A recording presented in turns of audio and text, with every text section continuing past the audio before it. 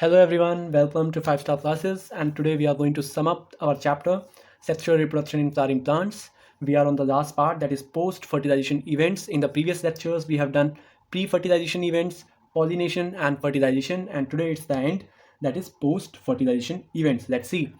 Embryo development, endosperm development, maturation of ovule into seed, ovary into fruit, they are the key processes in it. Let's start with endosperm. We have seen that endosperm was a tissue or cell that was present to give nutrition to the developing embryo. Endosperm development precedes embryo development. This is an important point because before the development of embryo, certain amount of endosperm must be present in order to provide nutrition to the developing embryo. See, primary endosperm cell that was formed, it divide repeatedly and result into the formation of triple endosperm tissue, and this tissue have reserved food material and are used for the nutrition of developing embryo. See, the endosperm can divide into two ways: free nuclear endosperm and cellular endosperm. In free nuclear endosperm, only karyokinesis takes place and result into formation of more than one nuclei, while in cellular endosperm, karyokinesis plus cytokinesis both take place. And the best example of it is coconut. In this we can see both the endosperm development. The white part, the white portion that we see, it is the cellular endosperm, while the water that we obtain in tender coconut is actually free nuclear endosperm. Now let's see what is embryo. Embryo develops at the micropyle end of the embryo sac. We have seen that fertilization takes place in the micropyle region, therefore the development of embryo also takes place in it. And early stages of embryogeny are similar in both monopods and dipods. Means monopod and dipod, the development of embryo in both these classes take place in a similar way.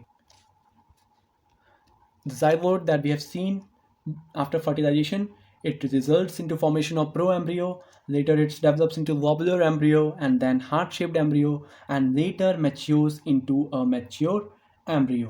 Now that we will see and classify both types of embryo, dipod embryo and monopod embryo, in detail. See, in dipod embryo we can see an embryonal axis. The upper part is known as plumule or shoot tip, and the below one is known as radicle or root tip, and here are the two cotyledons present. Let's see in detail. The region that terminate at the shoot tip, this region is known as epicotyle, and this shoot tip is known as plumule. Below this shoot tip is the cylindrical portion, and this portion is known as hypocotyle, and it terminates at the radicle or root tip. We can see the root tip is covered with a root cap, and these are the two cotyledons present inside a dipod embryo. Now let's see about monopod embryo. In monopod embryo we have only one cotyledon which is present on the lateral side, and that cotyledon is known as scutellum. At the below we have radicle and root cap. They are covered by an undifferentiated sheath known as oleorhiza. And here we have epicotyle, in which we have shoot apex and few leaf primordia present in a foliar structure known as foliopatile. Okay. Now let's move to seed. Seed is the final product of sexual reproduction, and we can say it is a fertilized ovule. And on the basis of endosperm presence, we can divide seed into two types. One is non-albuminous or X-albuminous seeds, and another is albuminous seed. In albuminous seed, it retain a part of endosperm, means endosperm is present in these seeds, while in non-albuminous there is no residual endosperm. Examples are pea and groundnut for non, and wheat, maize, barley, castor, they are albuminous seeds. Now let's see, in some seeds nucellar cells are also present. Here it was the embryo sac and outside was the nucellar cells, and when these cells are present it is known as perisperm. When perisperm is present in some seeds like black pepper and beetroot. At the time of seed formation, the integuments develops into the seed pod. Micropyle develops as a small pore in seed pod for oxygen and water entry during seed germination. Ovules develops into seed and ovary develops into fruit. Now fruit can be differentiated into two types. One is false fruit, another is true fruit. In true fruit, fruit is developed only from the ovary. When ovary only contribute in the formation of fruit, then it is true fruit, while in false fruit, when some other part like thalamus contribute to fruit formation, it's known as false fruit. Example are apple, strawberry and cashew.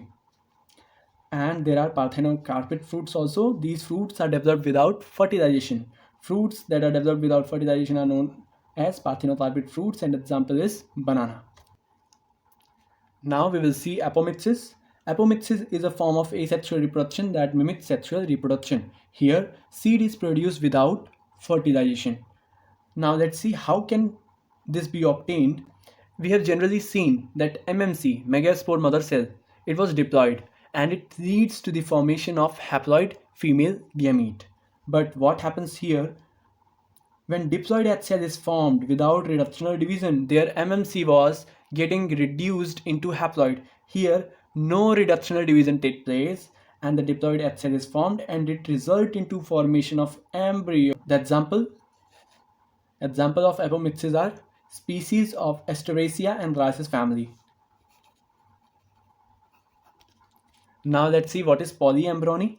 Polyembryony is occurrence of more than one embryo in a seed is referred to as polyembryony. When more than one embryo is present inside a seed, it is known as polyembryony. It is generally seen in citrus and mango.